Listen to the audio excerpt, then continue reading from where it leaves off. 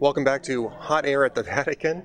I am here with Father Thomas Reese, who from Georgetown University, also writes for National Catholic Reporter and American Magazine. And you can find his work in both of those fine places. And thank you for sitting down with us today, Absolutely. sir. Happy to do it. And well, tell us a little bit first about why you decided to come here. Obviously, you're here reporting for National Catholic Reporter.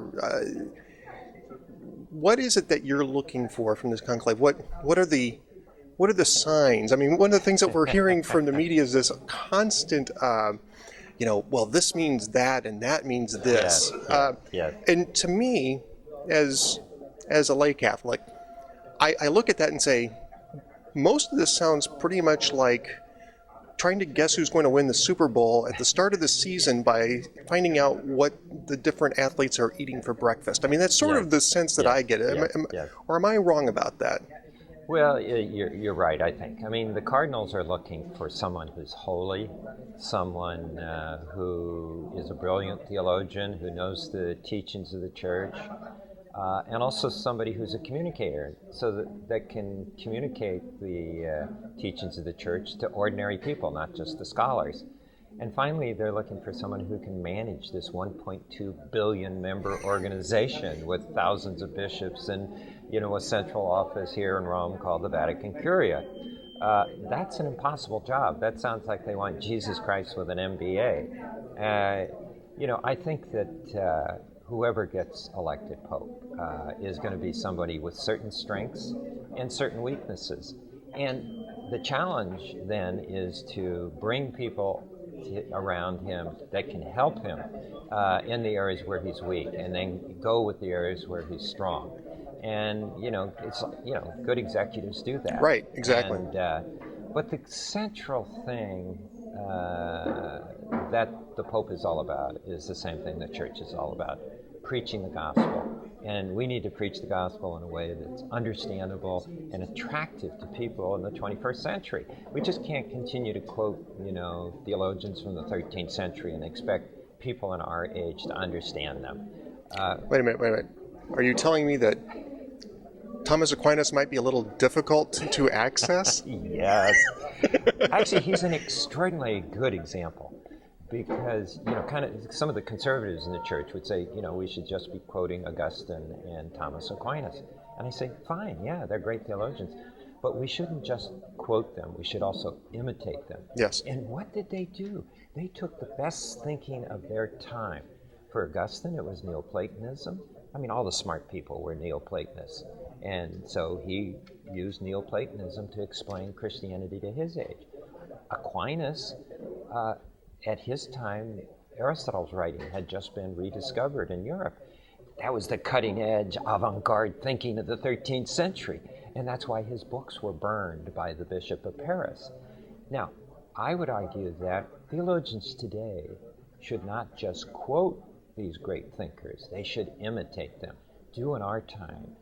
Try and figure out what's the best thought, what's the best thinking in science and other areas, and how do we use that to explain Christianity to our generation? Let me give you an example. Pope Benedict, at his first Easter Mass, had a throwaway line that I just thought was wonderful, that I wish he had developed, in which he said that the risen Christ is the next step in human evolution. Wow! I mean, that's kind of exciting. That is. It's a great line, yes. I'd like to, see theologians pick up that line and develop it. What's that mean? Because I think we have to speak to our own generation with their concerns about climate change, concerns about human rights, the rights of women, all of these kinds of things, with acknowledgments of quantum physics and evolution. We can't just continue to use the metaphysics of Aristotle.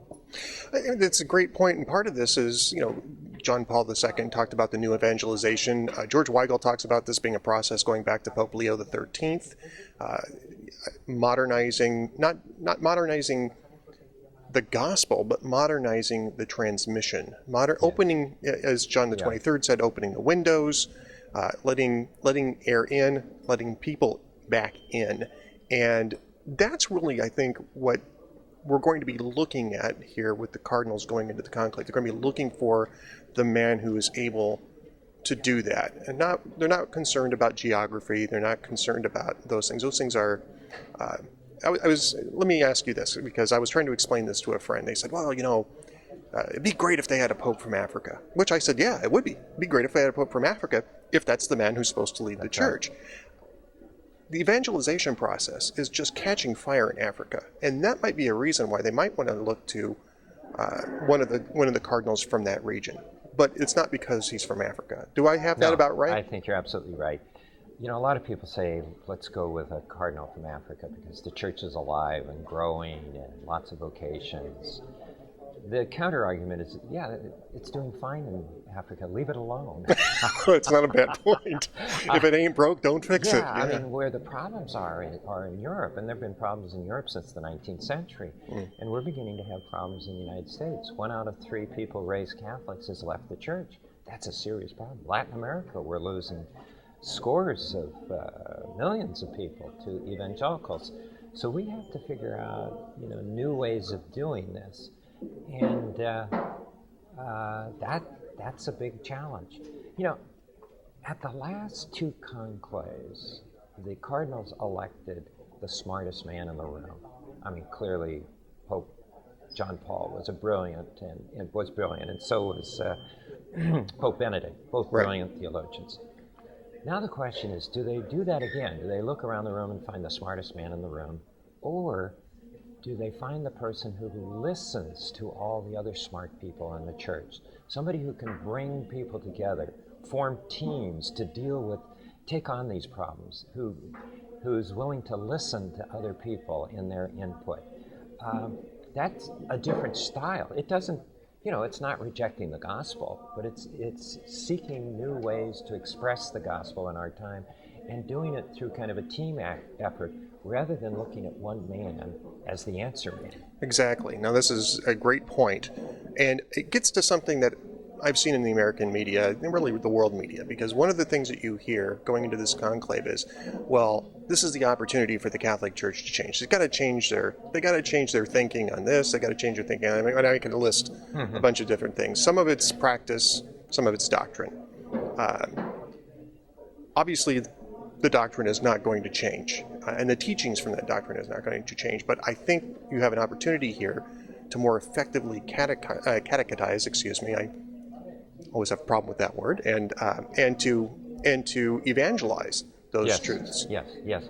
I'll give you an example. When I was growing up in the 50s, and we memorized our catechism, I remember them teaching us about the Eucharist, and they explained it by using this term transubstantiation. Yes.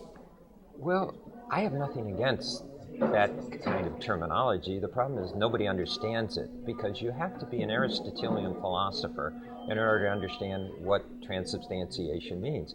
You have to believe in substance and accidents, prime matter, or substantial form. We don't talk that way. So if we're going to explain the Eucharist, don't tell kids to memorize transubstantiation.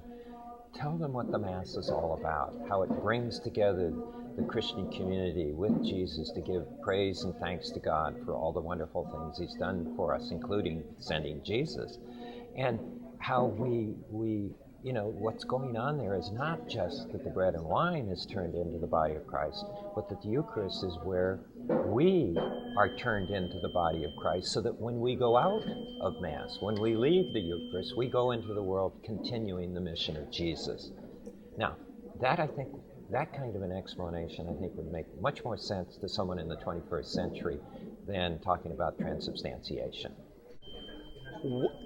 I just want to wrap up with one question here. As a priest and as a journalist, what are you looking for from this conclave, personally, professionally? What is it that you're seeking? Because I think all of us here, whether we know it or not, are seeking something from this conclave. Yeah. I think what I probably want more than anything else is a pope with a new style of being pope. Somebody who just doesn't teach but listens. Somebody who just doesn't give orders but helps form consensus. Somebody who helps bring us together, and who doesn't, go after theologians because of things they write, but encourage discussion and debate and conversation in the church. I think that would go a long way towards getting us ready to solve the problems facing the church. I sometimes describe the church as like a big multinational corporation where management, namely the hierarchy, are not on speaking terms with the research division, namely the theologians. This is a disaster. Would you invest your pension in that kind of a company? I think I've worked in those kind of companies, actually, but yeah. So we need to get, the bishops and the theologians, the bright people, working together. And I think the suspicion that's been directed towards theologians, this is just not helpful in the church. So I would like to see a pope who would free people up to do more discussion, that would be interested in listening as much as he is in teaching. Father Tom, thank you very much for being with us today. You're welcome. I enjoyed it.